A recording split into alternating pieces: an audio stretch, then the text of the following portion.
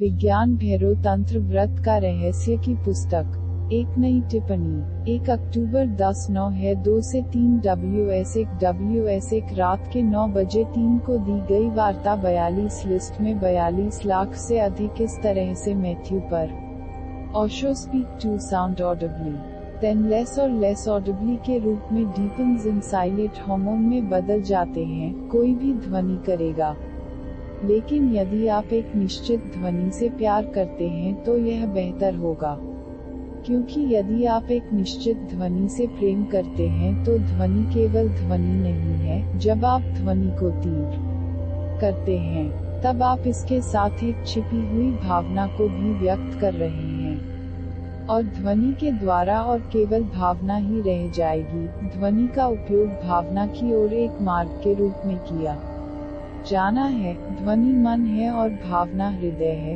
मन को हृदय की ओर एक मार्ग का उपयोग करना है। सीधे दिल में प्रवेश करना मुश्किल है, क्योंकि हम इसे बहुत त्याग कर रहे हैं और इतने सारे जीवन के लिए हमें यह नहीं पता है कि हृदय से कहां जाना है, इसे कैसे दर्ज करें। दरवाजा बंद लगता है, हम दिल की बात करते हैं, लेकिन वह बात सिर्फ दिमाग में होती है। हम कहते हैं कि हम दिल से प्यार करते हैं, लेकिन यह भी मस्तिष्क है, सिर में। यहाँ तक दिल की बात भी सिर में है, और हम नहीं जानते कि हृदय कहाँ है। मुझे इसका भौतिक भाग से मतलब नहीं है, हम इसके बारे में जानते हैं, लेकिन तब चिकित्सक कहेंगे, चिकित्सा विज्ञान कहेगा कि इसमें प्रेम की कोई संभावना नहीं है। यह सिर्फ एक पंपिंग सिस्टम है, इसमें और कुछ नहीं है, और बाकी सब सिर्फ मिथक और कविता और सपने हैं। लेकिन तंत्र आपके भौतिक हृदय के पीछे छिपे एक गहरे केंद्र को जानता है। वह गहन केंद्र केवल मन के माध्यम से पहुंच सकता है, क्योंकि हम मन में खड़े हैं, हम सिर में हैं, और किसी भी यात्रा को वहां से शुरू करना है। मन ध्वनि है। यदि सभी ध्वनि बंद हो जाती हैं, तो आपके पास कोई मन नहीं होगा। मौन में मन नहीं है, इसीलिए मौन पर इतना आग्रह है। मौन एक मन नहीं है। आमतौर पर हम कहते हैं, मेरा दिमाग चुप है, यह बेतुका है, निरर्थक है, क्योंकि मन का अर्थ है मौन का अभाव। इसलिए आप यह नहीं कह सकते कि मन चुप है। अगर मन है, तो कोई मौन नहीं हो सकता है, और जब मौन होता है, तो कोई मन नहीं होता है। इसलिए मौन मन जैसी कोई चीज नहीं है, वहाँ नहीं हो सकता। यह ऐसे ही कह रहा है जैसे कोई जीवित मृत हो। इसका कोई मतलब नहीं बनता। यदि वह मर चुका है, तो वह जीवित नहीं है। यदि वह जीवित है, तो वह मरा नहीं है। तुम जीवित मृत नहीं हो सकते। तो एक मौन मन जैसा कुछ भी नहीं है। जब मौन आता है, तो मन वहाँ नहीं होता है। वास्तव में मन बाहर चला जाता है और मौन आता है।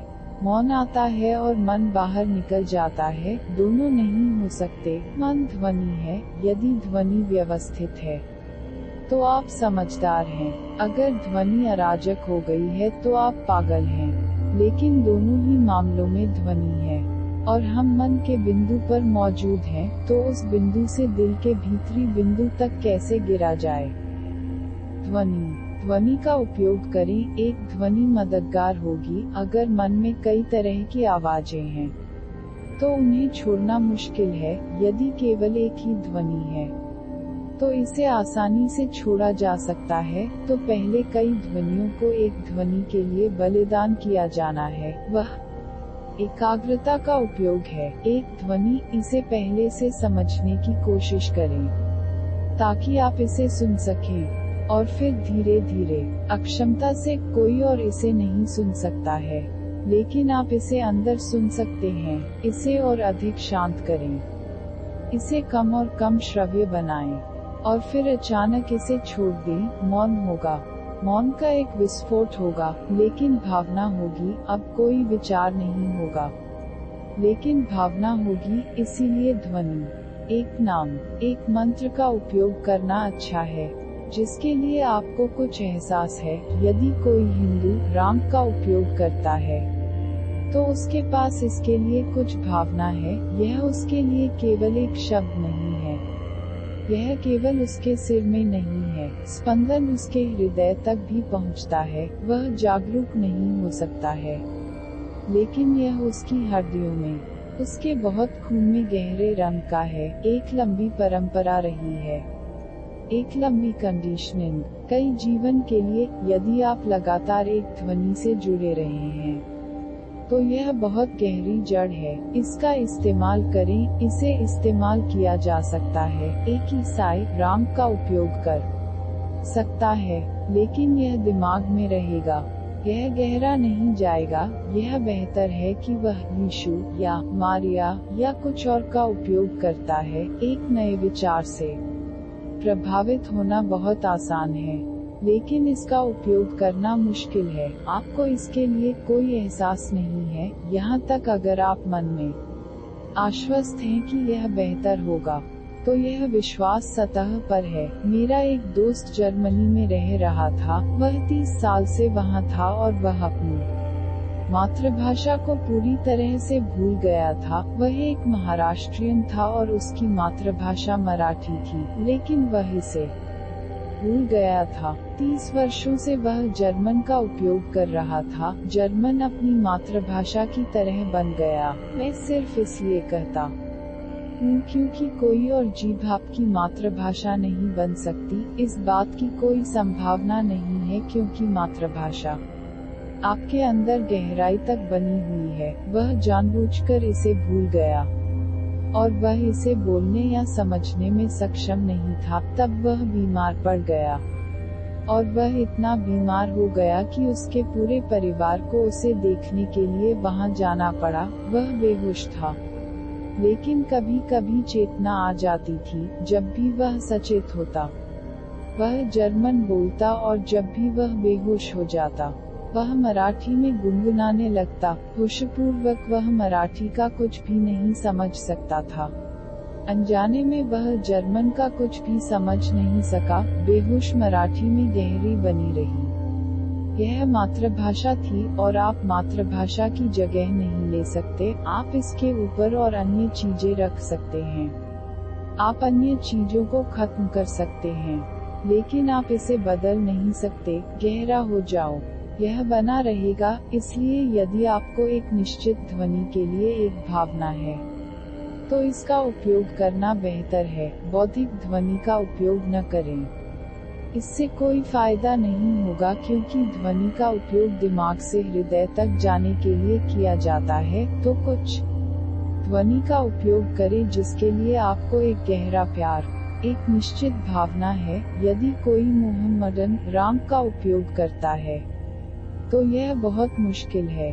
शब्द का अर्थ उसके लिए कुछ भी नहीं है। इसीलिए दो सबसे पुराने धर्म कभी भी धर्मांतरण में विश्वास नहीं करते हैं। हिंदू धर्म और यहूदी धर्म, वे दो सबसे पुराने धर्म हैं। दो मूल धर्म हैं। अन्य सभी धर्म इन दोनों के केवल वंश हैं। ईसाई धर्म और इस्लाम यहूदी परंपरा के अपराध हैं।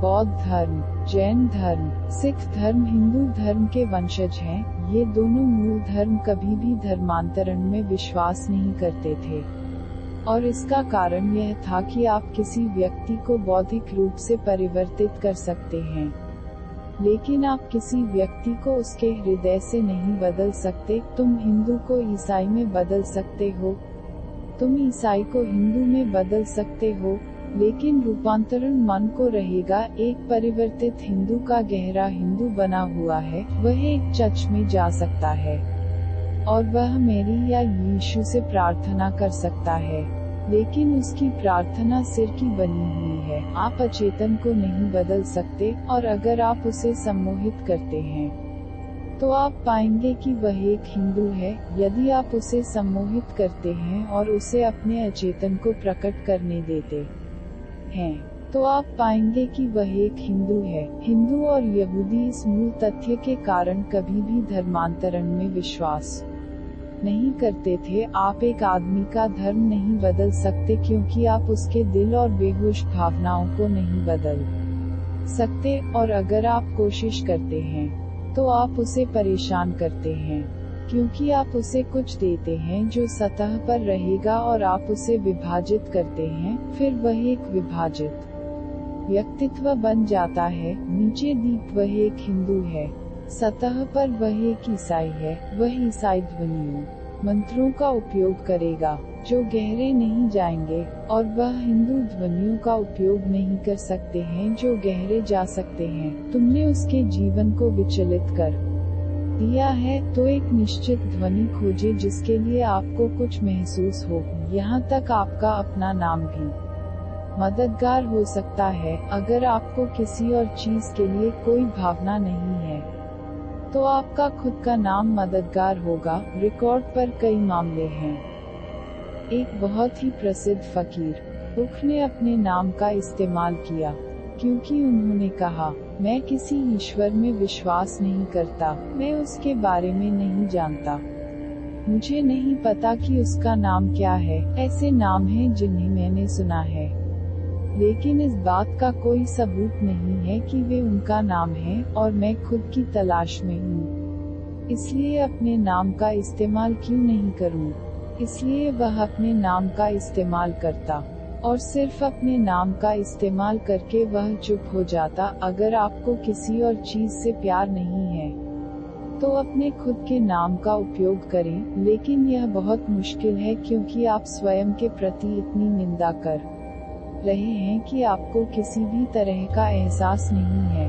आपका खुद के प्रति कोई सम्मान नहीं है। अन्य लोग आपके प्रति सम्मानजनक हो सकते हैं, लेकिन आप स्वयं के प्रति सम्मानजनक नहीं हैं। तो पहली बात यह है कि किसी भी ध्वनि को ढूंढना है जो सहायक होगा। उदाहरण के लिए, आपके प्रेमी का नाम, आपके प्रिय का नाम। यदि आप एक फूल से प्यार करते हैं, तो गुलाब कुछ भी करेगा, कोई भी ध्वनि जिसे आपका उपयोग करना, उच्चारण करना, सुनना अच्छा लगता है, जिससे आप एक निश्चित अच्छी तरह से महसूस करते हैं, आपके पास आ रहा है।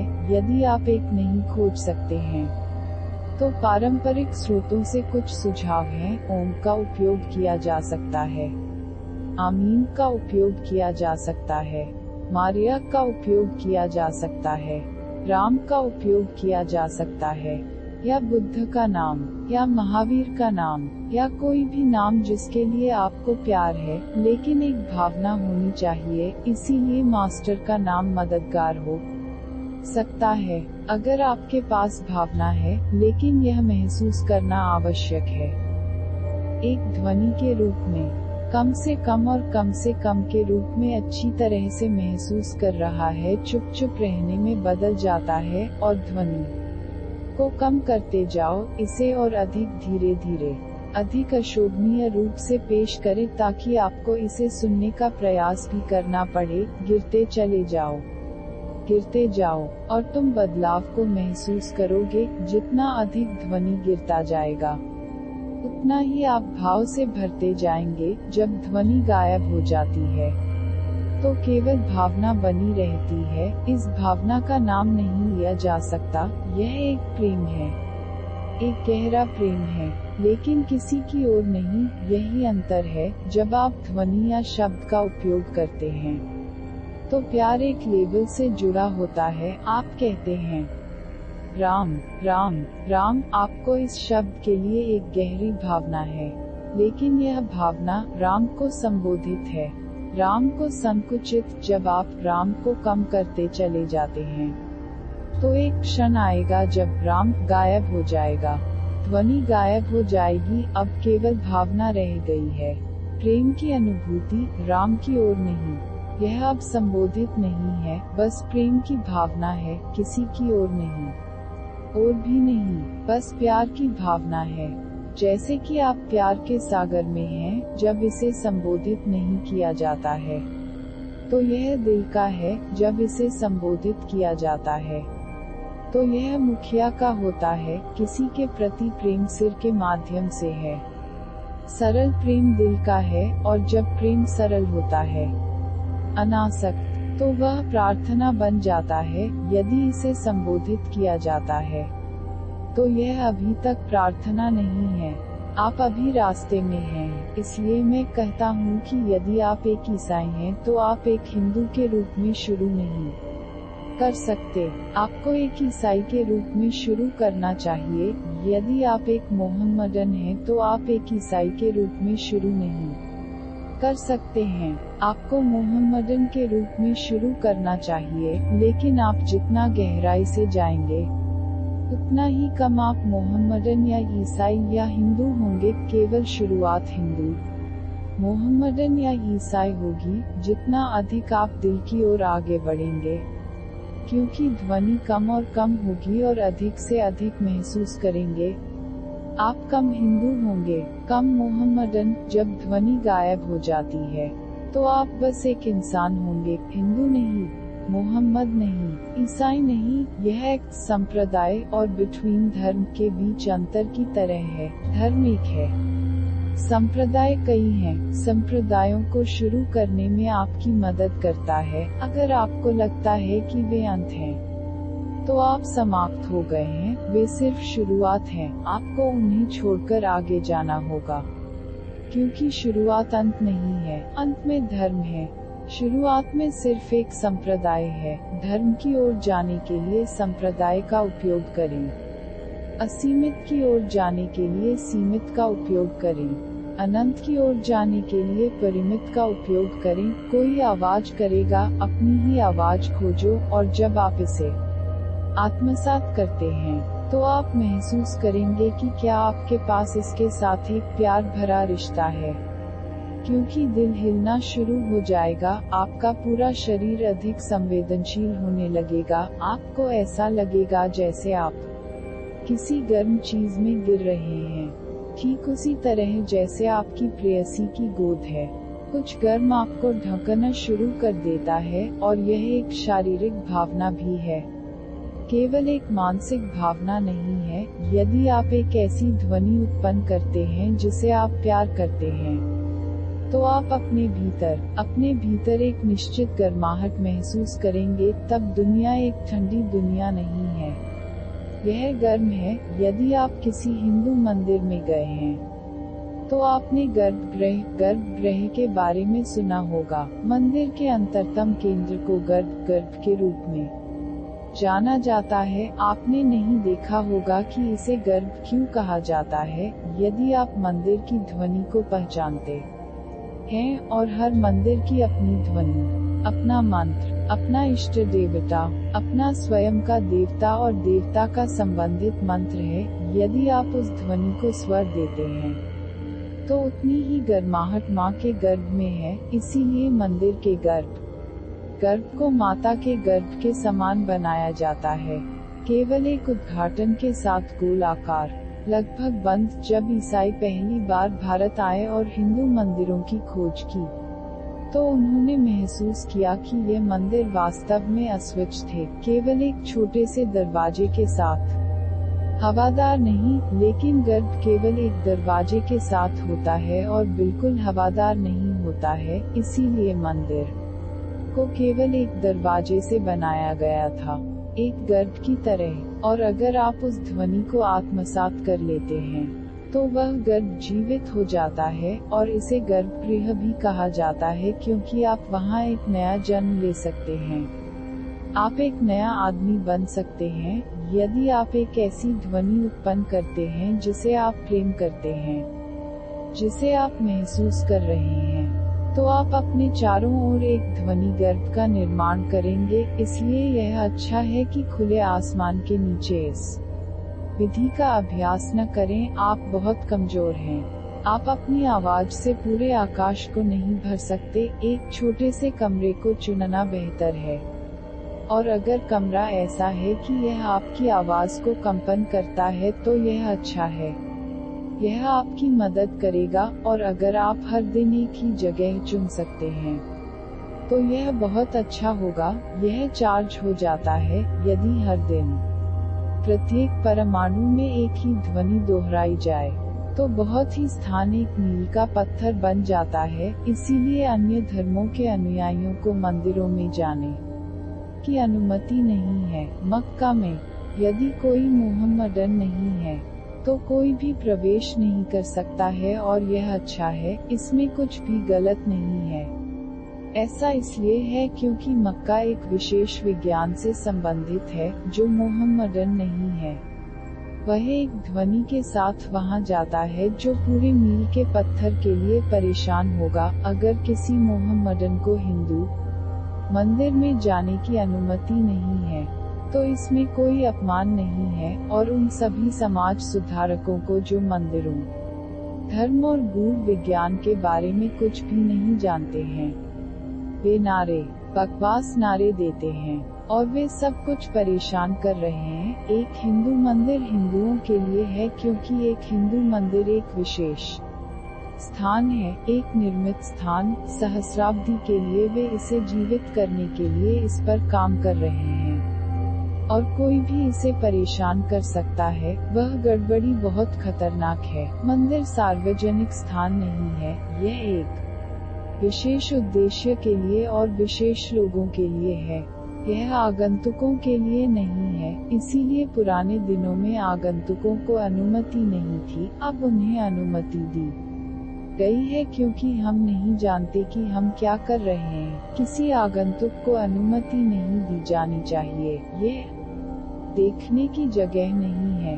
दर्शनीय स्थलों की यात्रा के लिए जाने के लिए यह एक विशेष स्पंदनों से भरा स्थान है। यदि यह एक राम मंदिर है और आप एक ऐसे परिवार में पैदा हुए हैं जहां राम का नाम पवित्र प्रेममय रहा है, तो जब आप एक जीवित स्थान में प्रवेश करते हैं जो हमेशा राम के नाम से भरा होता है, भले ही आप जप न करना चाहें, भले ही आप हो राम मंत्र का उपयोग नहीं करने पर, आप जप शुरू कर देंगे, चारों तरफ की जगह आपको दबा देगी। चारों तरफ जो कंपन है वे तुम्हें मारेंगे, और तुम गहरे से जप करने लगोगे। तो एक जगह का उपयोग करें। एक मंदिर अच्छा है, ये विधियां मंदिर की विधियां हैं। एक मंदिर अच्छा है, या एक मस्जिद या एक चर्च, आपका खुद का घर इन तरीकों के लिए अच्छा नहीं है, क्योंकि इतनी सारी ध्वनियों के साथ आपके आसपास एक अव्यवस्थित स्थान होता है और आप इतने मजबूत नहीं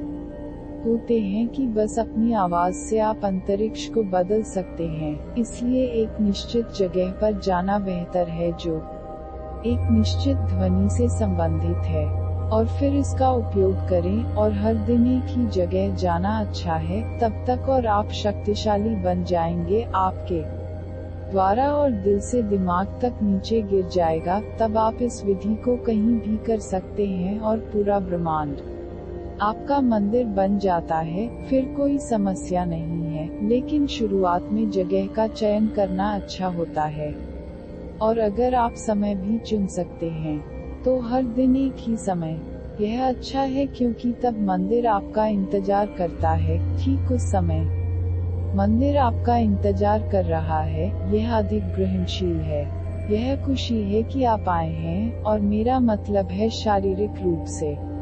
यह एक प्रतीकात्मक चीज नहीं है, बल्कि एक भौतिक है। यह वैसा ही है जैसे आप किसी विशेष समय पर प्रतिदिन अपना भोजन लेते हैं। उस विशेष समय पर आपका पूरा शरीर भूख महसूस करता है। शरीर की अपनी आंतरिक घड़ी होती है, यह उस समय भूख को बिल्कुल महसूस करता है। यदि आप किसी विशेष समय पर प्रतिदिन सोते हैं, तो आपका पूरा शरीर उस विशेष अवधि में तैयार हो जाता है। यदि आप हर दिन अपने सोने के समय और अपने भोजन के समय को बदलते हैं, तो आप अपने शरीर को परेशान कर रहे हैं। अब वे कहते हैं कि आपकी उम्र इससे प्रभावित होगी। यदि आप अपने शरीर की दिनचर्या को रोजाना बदलते हैं, तो यदि आप 80 साल तक जीवित रहने वाले हैं, तो आप केवल 70 साल तक जीवित रहेंगे। 10 साल खो जाएंगे। और अगर आप नियमित रूप से बॉडी क्लॉक के साथ जाते हैं, तो अगर आप 80 साल जीने वाले हैं, तो आप 90 साल तक बहुत आसानी से जी लेंगे। 10 साल और जोड़ सकते हैं। ठीक इसी तरह आपके चारों तरफ की हर चीज की अपनी घड़ी होती है, और दुनिया लौकिक समय में चलती है। यदि आप हर दिन ठीक उसी समय मंदिर में प्रवेश करते हैं, तो मंदिर आपके लिए तैयार है और आप मंदिर के लिए तैयार हैं, ये दो तत्परताएं मिलती हैं और परिणाम 1000 गुना बढ़ाया जाता है। या आप अपने घर में एक छोटा सा कोना बना सकते हैं, लेकिन फिर किसी अन्य उद्देश्य के लिए उस कोने का उपयोग न करें, क्योंकि हर उद्देश्य का अपना कंपन है। यदि आप किसी व्यावसायिक उद्देश्य के लिए उस कोने का उपयोग करते हैं या आप वहां कार्ड खेलते हैं, तो वह स्थान भ्रमित हो जाता है, और अब इन भ्रमों को यांत्रिक उपकरणों पर भी दर्ज किया जा सकता है। यह ज्ञात हो सकता है कि अंतरिक्ष भ्रमित है या नहीं। यदि आप अपने घर में एक छोटा सा मंदिर बना सकते हैं, तो यह बहुत अच्छा है। यदि आप एक छोटे से मंदिर का खर्च उठा सकते हैं, तो यह पहली कोशिश होगी, लेकिन किसी अन्य उद्देश्य के लिए इसका उपयोग न करें। इसे आपके लिए बिल्कुल निजी होने दें, और परिणाम बहुत जल्द आएगा। पिछला अगला